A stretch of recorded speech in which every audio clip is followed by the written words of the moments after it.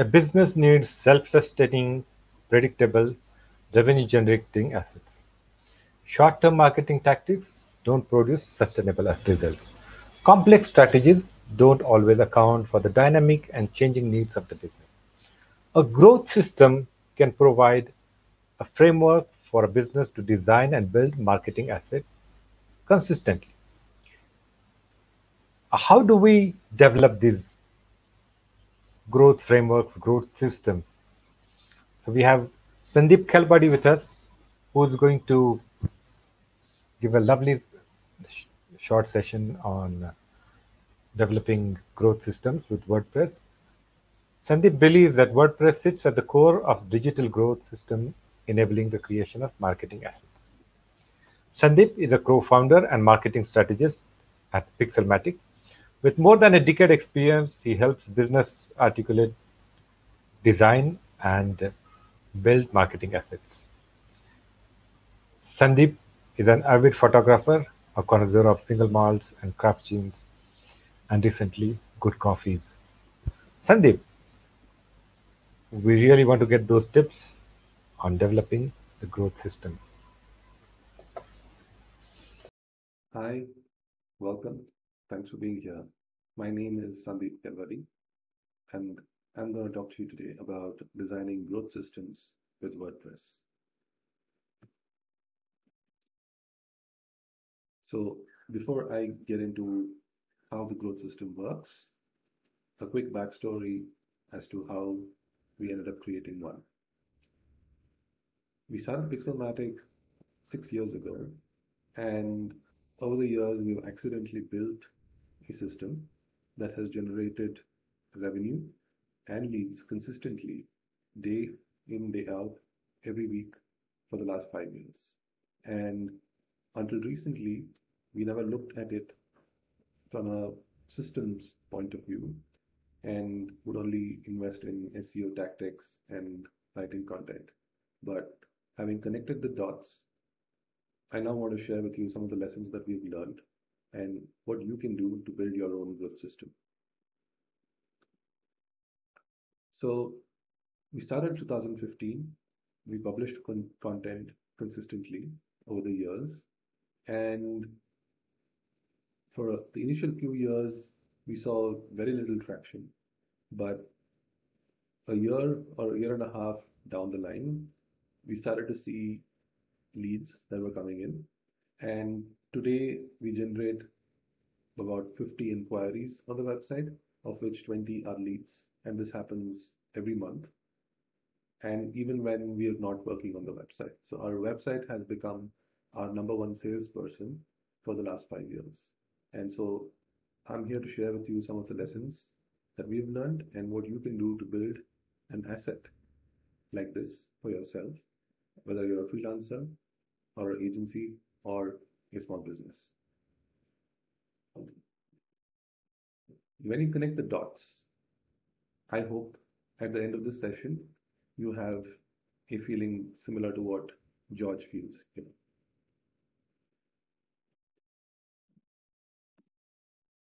So a quick overview of the session before I get into the details.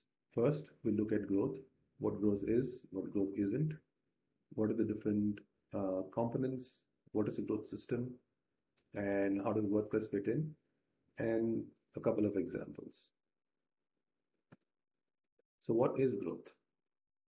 There are many types of growth. Growth can be top line, bottom line. It can be rapid growth, or it could be long-term growth. So it's important to define what kind of growth are you looking at. And in this case, I'm going to focus on top line growth with long-term growth initiatives. So short-term growth is something that we will not focus on today, and instead look at how you can build an asset that will turn into long-term revenue generating, value creation, creating asset for you. You also need to look at growth and compare that with what you're already doing. So there's always two competing priorities, whether you're a freelancer or a business. There are existing clients that you're servicing, there's a current product that you are working on and maintaining, but you also are looking to grow your business and looking at new opportunities. And therefore, growth comes with ambiguity, exploration, and experimentation. Whereas your status quo is all about efficiency, productivity, and a certain certainty around it. So how do you balance the two is key to how you manage the growth. It's a fine balancing act, whether, like I said, you're a small business owner or a freelancer. There are three key roles, and this mental model is very useful to have. When you start off, most of us are technicians or artists. We have a skill, and so we build a freelancing business or a small business around it. And this is something that gives us joy because we have the skill and we like to do that and help our clients with that. But as you start to grow and you realize that you can't take on any more work, you probably hire a partner or you hire an employee, and then you slowly build a team. At this point, you transition from a technician to a manager. Now, your responsibilities are a little different because you are also managing other people.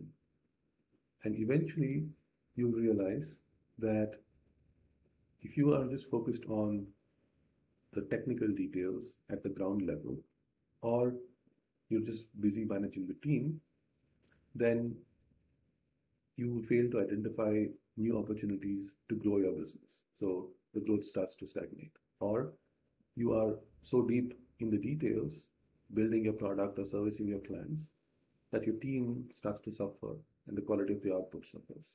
So as a business owner or as an entrepreneur, these are three roles that you need to saddle and navigate and learn to balance. And this is easier said than done, and something that we've realized over the years that it doesn't occur to you instantly when you need to transition from one to the other. But it's useful to have this mental model in mind so that you're aware and can hopefully transition at the right time before it's too late and you start to see trouble. And continuing from the previous point, as you start to grow, it's very important to learn how to delegate. And so here's a simple template that you can follow. You can create a vision that explains the why and provides the context, then provide detailed step-by-step process in a document with exceptions, links, a flowchart, anything that you would want for someone executing these tasks to follow and not be confused. And then, most importantly, define the expected outcomes. So why am I telling you all this? Well, we implemented some of these ideas to build systems that lets us offload some of the work that we were doing to a team or to an individual and then free up our own time. So to give you an example, we did this with hiring.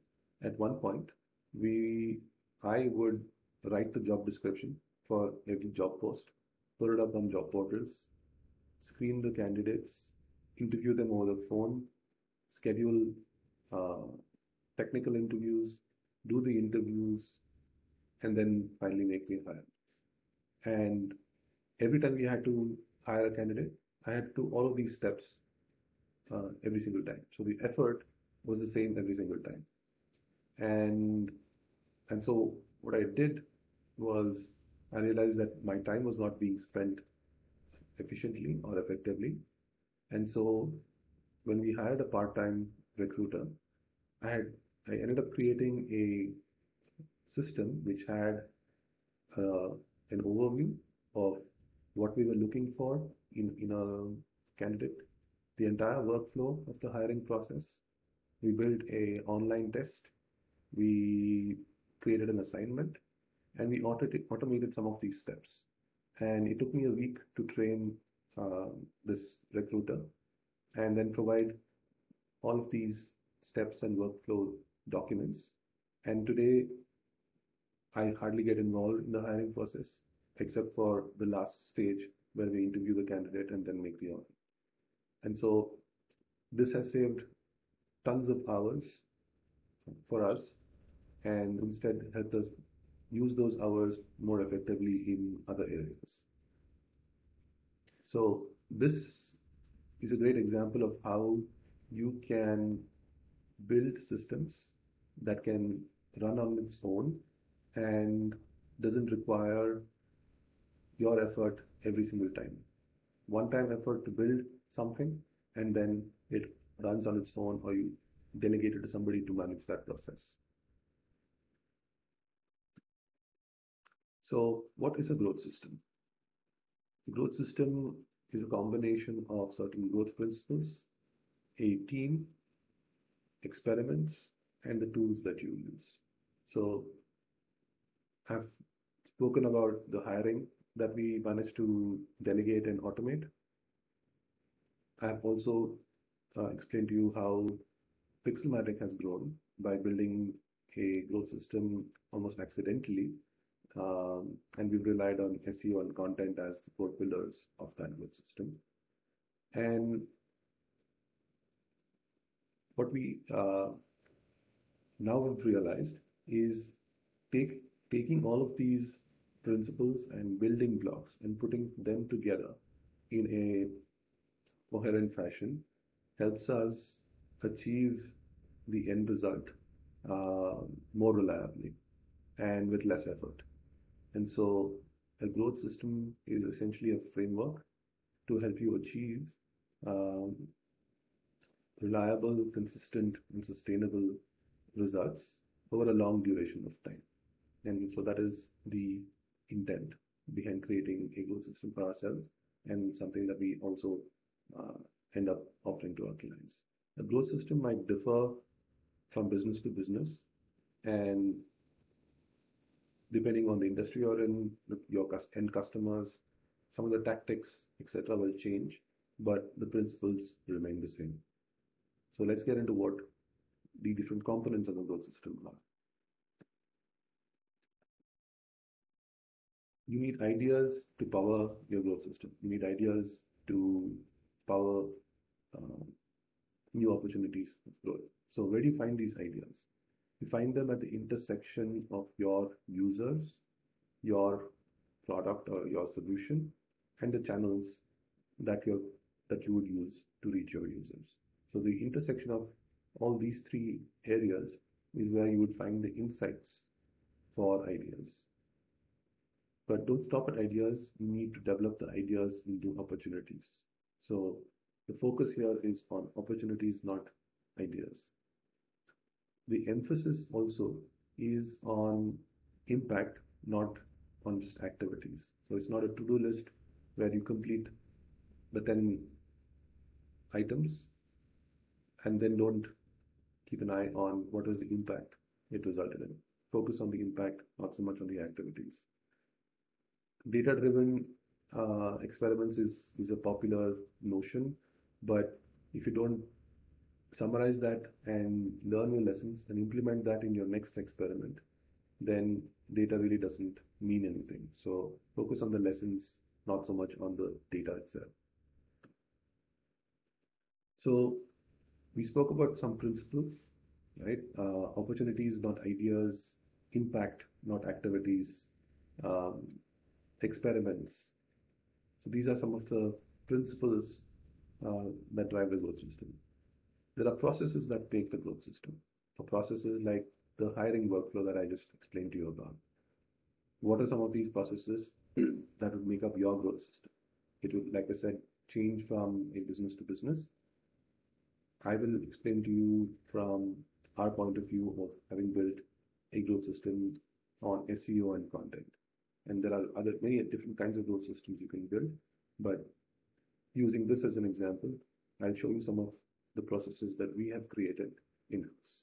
So we built workflows and documents for content ideation, content publication, SEO keyword research, content promotion, and so on. And this is something that we, again, like I said, built accidentally over the years. The first 2 years was spent with hiring a fresh out of college graduate who didn't have any idea about content marketing or blogging or WordPress. And I worked with this um, fresher to create our content marketing asset that it is today. And along the way, we've worked with interns, junior writers, um, and freelancers.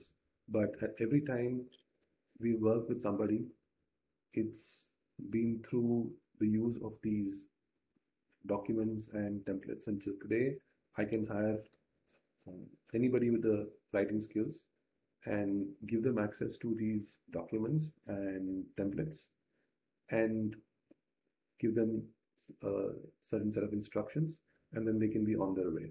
They don't need my involvement on a day-to-day basis for this to generate high quality content at the end of the process. So let me take you through some of the documents that we've created to give you an idea of what you can uh, create for yourselves along the way. So on the left, you'll see a summary or overview of our uh, strategy document. So it's very important to document the why and the what, right? So we have a document that identifies who our target audience is, what our goals are as a business, what is our strategy in terms of reaching these users. So we use content and SEO, like I said, and how do we do our research? How do we generate topics? What is the style of our content? What is the frequency of our content? What is our strategy for social media? What are some of the guidelines? All of this is written down and documented. You can't do all of this at one go. It seems like a lot of work, but start building them one block at a time. Uh, I use blocks and not bricks because this is WordCamp, right? Uh, and then also have specific tactics that you would want to use. Tactics, like I said, vary from business to business and industry to industry. So uh, look at what works for you, curate them, and your tactics are essentially ideas that you would want to experiment with until you narrow down on a set of tactics that work for you. And I'll tell you what roles the tactics play and the framework for that as well. So on the left is our strategy document, and it's very important to create this because it gives you a sense of direction, and any new member joining the team has that background context and information and the why behind what they're doing. On the right is a template for social media. So what is the split for social media? What kind of content you want to share? What time of the day? Things like this.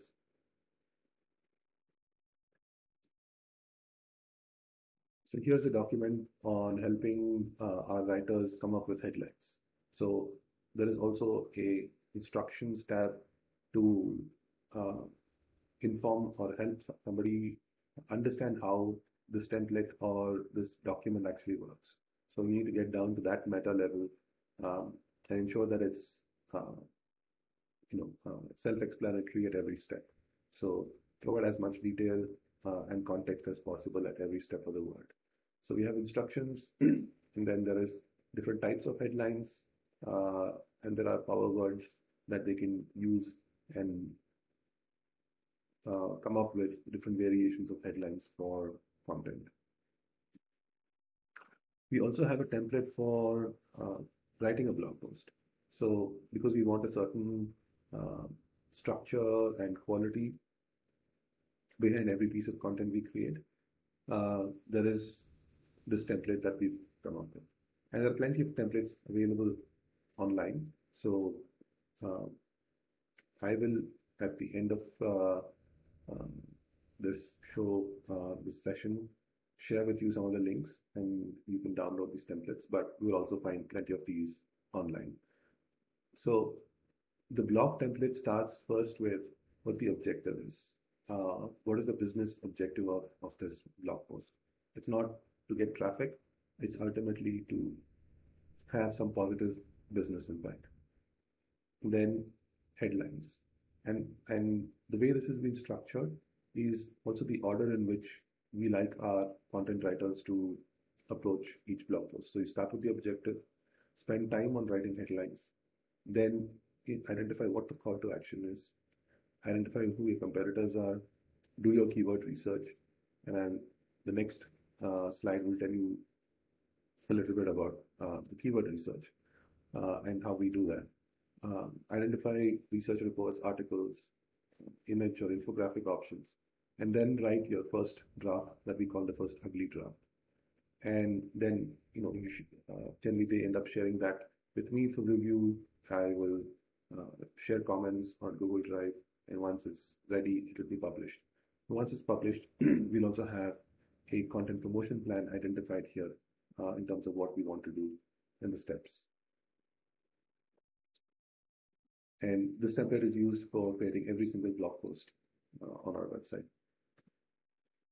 And then the content publishing workflow as a sort of process that explains not just writing the blog post, but how it needs to be done as well. So it's really step by step, like I said. So if you look at this, it says you create a draft in the folder, a specific folder in Google Drive, then name it in a certain way, fill the content in a certain order, etc. So we create as much as possible to help somebody do this on their own. And so once they are taken through this entire process, which probably takes half a day, then they have all the information at their fingertips to be able to do this on their own. And the end result will always be consistently good. We also have a similar process for SEO. And again, we've had people with zero SEO experience be able to do SEO keyword research because we've broken down the steps to do keyword research in such a way that anybody can with a basic understanding of what is Google search and what is search volume and keyword difficulty. Once you identify some of these terms and know what they are, you'll be able to follow these steps and come up with keywords that are important and useful for us. So we have the process that is identified here, what you need to do at each step, where you need to go, what tools to use, the links to them, resources, etc., are all documented. So that gives you an idea of the processes and the detail that is involved and what effort might be involved in creating these processes. It might seem daunting, but like I said, we didn't do all of this in one day. We built this over a period of time, and which is why we look at our growth system as a 12-month activity when we plan for ourselves and for our clients as well. But one important thing that I do want to mention is that we've realized making long-term plans like that over a 12-month period doesn't really help because you put goals and we've not really seen us working towards that goal. Instead, we set directions now of what we want, where we want to go for the year, and then we break down the growth system into phases of 3 months each, and each phase has an objective in mind that we want to focus on. And again, these objectives vary based on who the growth system is for. So if it's our own growth system, then it's different. If it's for a client, then it depends on what stage of the business journey they are on and which industry they are on. The phases are different and the objectives are different. And each phase, which is 3 months long, is then further broken down into 2-week sprints. So the idea is to have a long-term vision, an objective for the medium term, and short-term execution. So we've implement these experiments in 2 week sprints. So that's something that you can um, idea that you can use to plan your own um, marketing campaigns. So, like I said earlier, ideas are important for the growth system. That's where you innovate and come up with different ways to grow your business. But a lot of us skip this process. We go from idea to implementation straight away because in a lot of cases we're technical people and we feel yes we can build this, so why waste time in validating the idea. But here are some tools that you can use and go through this grind. And sometimes it's painful because some of the results of these steps might prove your ideas wrong. So, which is probably also one of the reasons we might avoid doing this. But go through the journey of your customer. So map the journey out, and you'll find insights there at different points in their journey that you may not have considered before. Then turn this idea into a concept, right? Use something like a napkin pitch, which lets you makes you identify what the customer needs are, what is your approach, what are the benefits, and what are the problems that you might face. Then challenge the idea, reframe the problem, visualize the idea, and look at the idea from different points of view before you actually get to implementation. And most importantly, spend time talking to your customers. This is something that um, not many of us do, but pick up the phone or go meet your customer and talk to them and get a deep understanding of what they want, who they are, and what their current problems are. Also, find data that makes you uncomfortable. Don't look for data that simply confirms your hypothesis or your biases. So always look for something that uh, disproves some of your hypothesis. And then build a test. Build a test through a simple prototype. It could be just a landing page. And if you want to build validated ideas for a landing page, then with WordPress you're in luck because you can do that fairly easily. So go through these different steps before you go big on an idea that you love very much. What are some of the behaviors that you need to look for, incentivize, and reward if you're building a growth team? Uh, Look at opportunities versus ideas. Uh, we touched on this earlier. Look at the impact versus activities. Focus on the lessons as opposed to the reports, and measure and reward them. Right. Your growth metrics will be very different from your vanity metrics. Focus on the number of growth ideas that you've generated, the number of experiments that you've run, number of processes that have been documented, the number of processes that were automated, what are the financial impact of the experiments that you ran, and the time spent with the customer. These are some of the things that you can measure and then reward your team based on that. So ultimately, when you take all of these principles, the processes, and the people, and you reward them for the right behaviors, they all come together to then run experiments, right? These experiments are tactics, are growth tactics. Unfortunately, a lot of us jump into this straight away without understanding the big picture. So what I've tried to do today is give you a larger framework, a mental model to look at your SEO tactics, your growth hacking, your lead gen tactics as part of the bigger picture. So don't just focus on running these hacks, but do that as part of a bigger plan. If the tactics don't add up to anything, then you don't really achieve long-term growth. So have that big picture in mind, then figure out what are the tactics that work for you for your business. Um, and this leads me to the next point, which is that traditionally we've looked at sales and marketing and we visualize that as a funnel, right? We call it a sales funnel or a marketing funnel. But that seems outdated now because of the way uh, customers interact and the kind of products that are out in the market, which uh, where you bring in customers from the top of the funnel or the customers at the bottom of the funnel who are also helping you generate new customers. So a better representation of that is a flywheel. So a flywheel is something that uh, once in motion continues to run with lesser effort each time. So a flywheel encapsulates uh, what a growth system is. In fact, you could say that this is the engine of the growth system.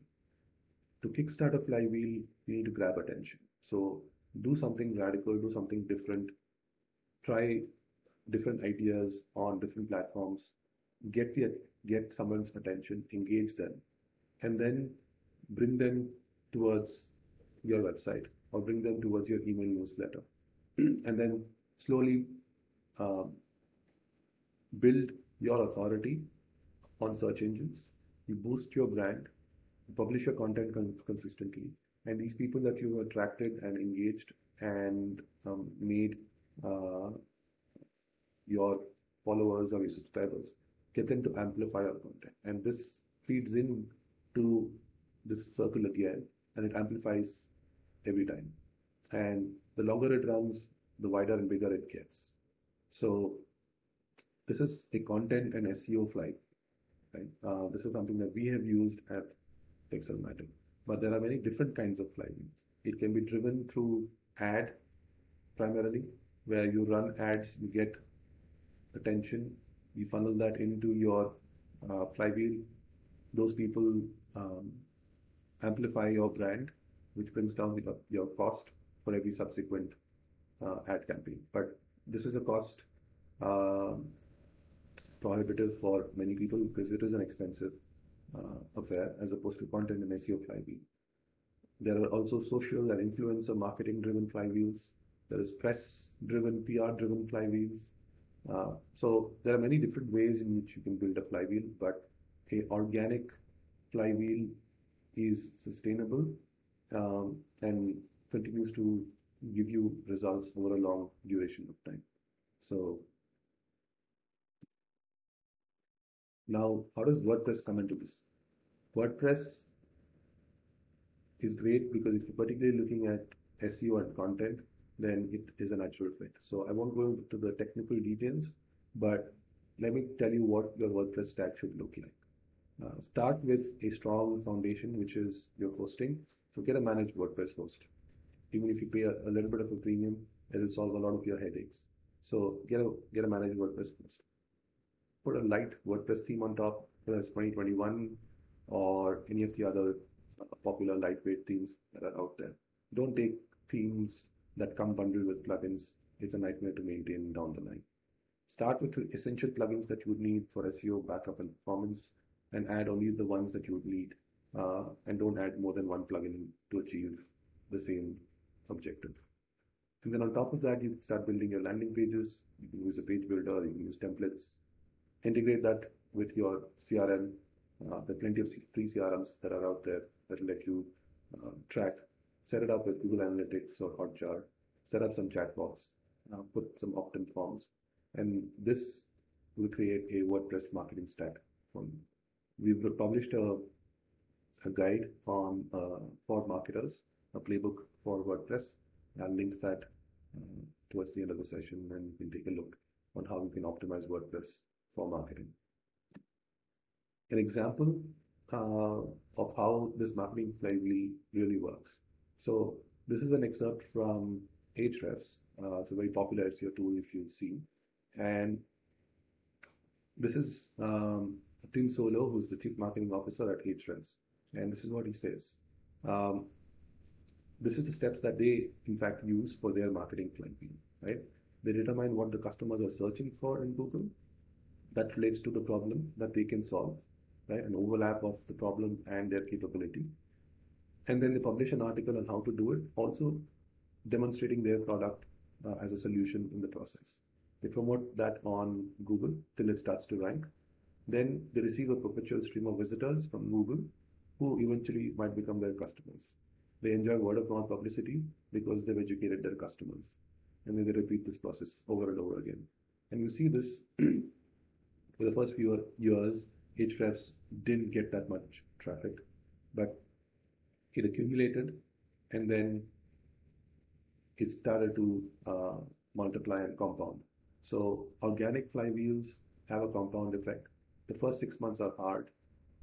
You will not see results. You might be discouraged, and most people stop at that point. But the reason why it's hard is because it works, which is why not many people do it. So you have a great competitive advantage if you actually push through that barrier and invest your time in building it for the long run, and you will see the results. We've seen it consistently for 5 to 6 years, and I think that's a long enough duration to say confidently that if um, organic flywheel is a good fit for your business, uh, then you must invest your time and effort there. Thanks for your interest and time. I hope you came away with some interesting insights and, most importantly, a mental model to look at your marketing from a systems point of view. And yeah, if you are interested in building this growth system for yourself and have questions, please do reach out to me on Twitter. And yeah, happy to answer any questions. Thank you.